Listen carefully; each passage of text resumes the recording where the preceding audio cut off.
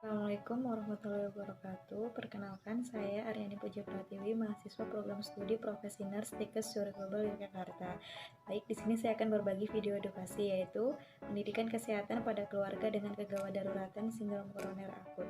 Berikut videonya, selamat menyaksikan.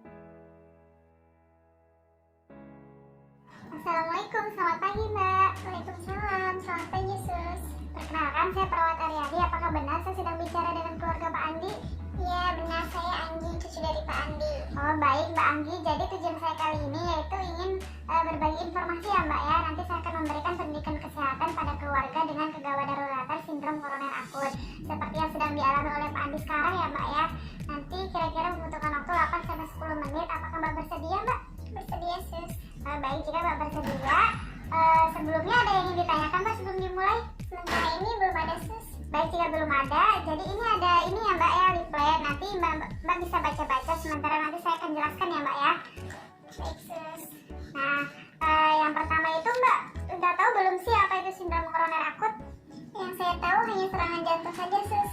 Oh baik, jadi sindrom koroner akut itu lebih jelasnya merupakan suatu keadaan gawat darurat jantung ya Mbak ya, dimana ini merupakan kumpulan dari berbagai gejala. Nah, gejala khasnya itu nyeri dada yang lebih dari 20 menit. Nah, itu disertai dengan gejala-gejala lainnya ya Mbak ya, yang mana ini disebabkan karena adanya sumbatan pada pembuluh darah jantung itu sendiri. Nah, sumbatannya itu bisa berupa plak gitu ya Mbak ya. Terus nanti karena adanya sumbatan itu, jadi aliran darah di pembuluh darah jantung itu menjadi terhambat dan berkurang secara akut. Nah, begitu ya Mbak ya. Terus Mbak sudah tahu belum apa sih yang menyebabkan dari faktor penyebab kekambuhan dari sindrom koroner akut itu sendiri? Belum Sus. Nah baik, di situ ada 3 poin ya Mbak ya. Yang pertama itu aktivitas yang berlebihan. Nah, jadi aktivitas berlebihan ini sangat tidak baik untuk jantung, apalagi orang yang pernah mempunyai riwayat sindrom koroner akut. Karena apa? Karena di sini aktivitas yang berlebihan itu akan menyebabkan kerja jantung menjadi lebih meningkat. Jadi otot jantung nanti akan menebal dan dia akan memompa lebih keras oksigen gitu. Nanti lama-lama terjadi gangguan pada jantung itu sendiri. Nah, selanjutnya yang kedua itu di situ ada stres, emosi dan terkejut. Nah, stres, emosi dan terkejut ini nanti akan mengaktifkan hormon-hormon dalam tubuh, di mana hormon tersebut itu menyebabkan pembuluh darahnya menjadi kaku yang seharusnya elastis ya Mbak. Tadinya sudah ada sumbatan plak itu ditambah kaku.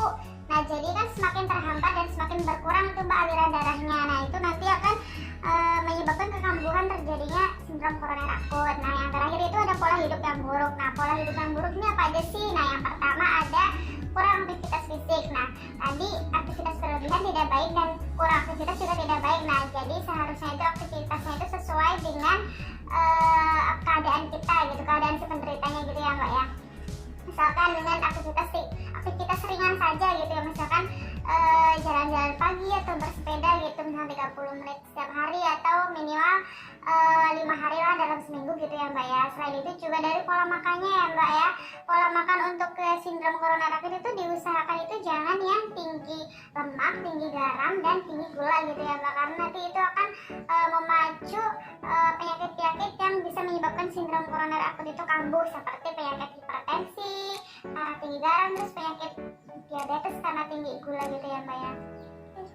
Nah, selain itu juga kurang tidur juga bisa menyebabkan sindrom koroner akut. Terus minum alkohol atau minum kopi dan merokok juga itu sangat tidak baik untuk jantung ya Mbak ya, karena dalam merokok itu sendiri itu dia mengandung nikotin yang nanti akan zatnya itu akan menempel di pembuluh darah jantung gitu ya Mbak ya.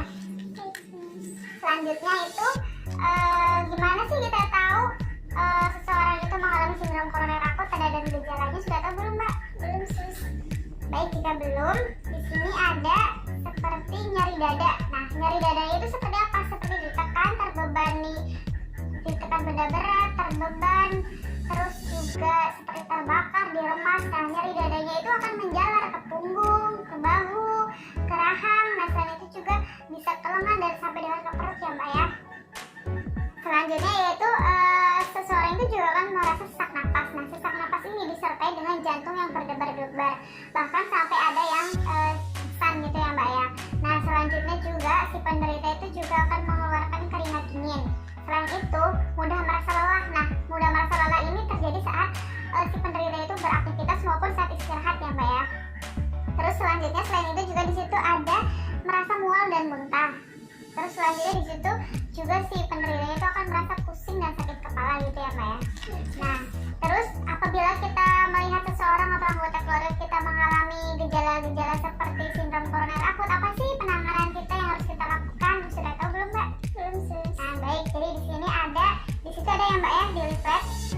Yang pertama itu berusaha tetap tenang dan panik. Nah, jadi kita sebagai penolong kita harus tenang, jangan sampai panik, karena kalau panik kita bisa atau kita berpikir menjadi tidak rasional. Terus juga usahakan kita juga bisa menenangkan si penderitanya, karena kalau si penderitanya makin panik maka akan makin memperparah keadaannya saat itu ya Mbak ya.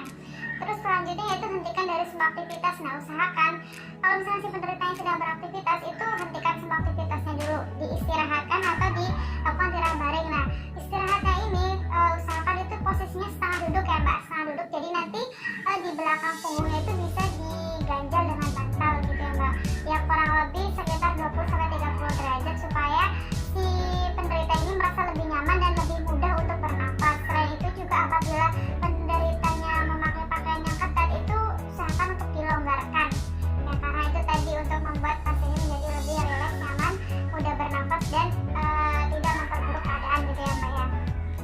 Selanjutnya biasanya dengan pasien-pasien dengan penyakit jantung sindrom koroner akut ini dia mempunyai obat-obat yang biasa dikonsumsi. Nah, di sini seperti golongan obat nitrat.